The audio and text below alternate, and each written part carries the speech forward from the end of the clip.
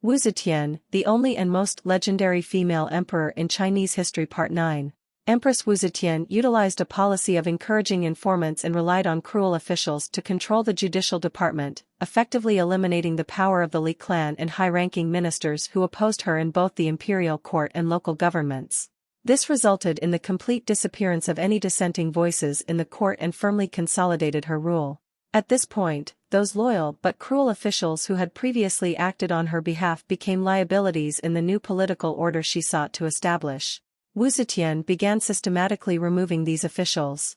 One of these notorious officials was Zhou Xing, who had wrongly accused and caused the death of thousands of people. In 691, someone reported that Zhou Xing had conspired with another executed official, Qiu Shenjian, to rebel against Wu Zetian. She ordered Lai Junchen to interrogate Zhou Xing. One day, Lai Junchen invited Zhou Xing to have a meal and asked, "What should we do if a prisoner refuses to confess?" Zhou Xing laughed and said, "That's easy. Just put the prisoner in a large vat, light charcoal fires around it, and he will confess in no time." As soon as Zhou Xing finished speaking, Lai Junchen had a large vat brought in and, following Zhou Xing's suggestion, they lit fires around it. Then, Lai Junchen said to Zhou Xing, "I have been ordered by Her Majesty to examine you.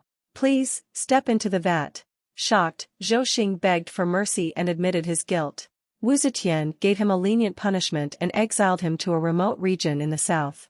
However, due to his numerous crimes and the loss of Wu Zetian's protection, Zhou Xing was killed by enemies on his way to the place of exile. Zhou Xing's tragic downfall did not awaken Lai Junchen's conscience.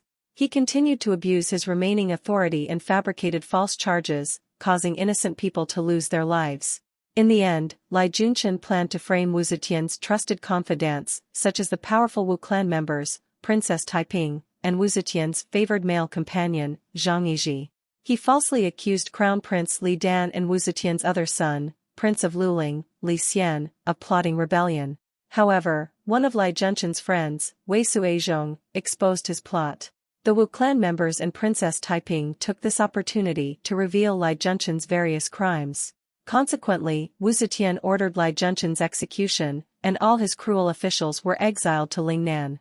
This marked the end of the terror of the cruel official policy, which had lasted for 14 years. Lai Junchen was publicly executed in the busy market square as a warning to others. People of all ages despised him and rushed to tear his flesh apart, leaving nothing behind.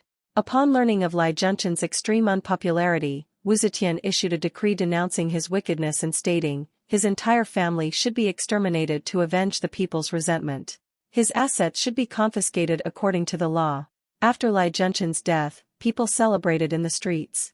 Hundreds of people he had promoted to higher ranks due to his recommendation surrendered themselves to the imperial court. When Wu Zetian reprimanded them, they confessed their guilt and said, "We have let your majesty down, and we deserve death. However, we only committed crimes against ourselves by disrupting the country's laws. If we had gone against Lai Junchen's orders, our families would have been immediately wiped out." Wu Zetian pardoned them accordingly.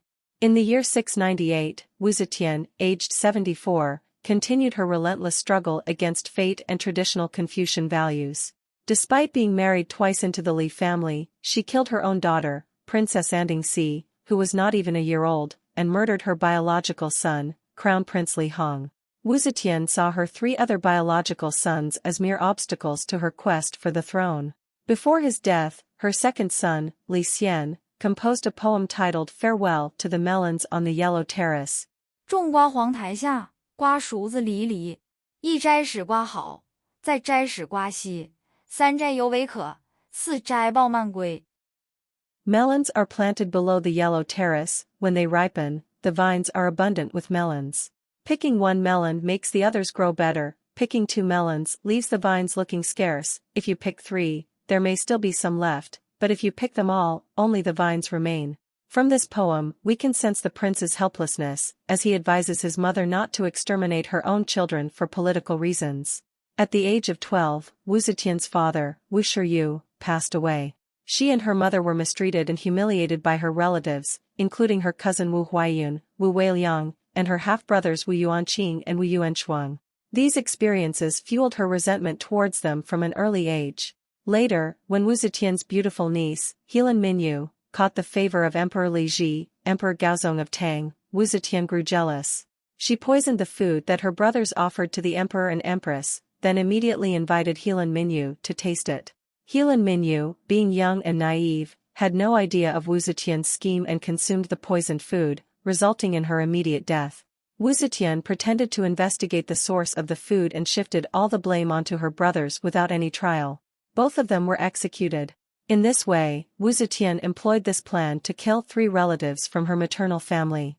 If a political strong woman could be so ruthless towards her own children and relatives, how could she treat ordinary commoners with kindness?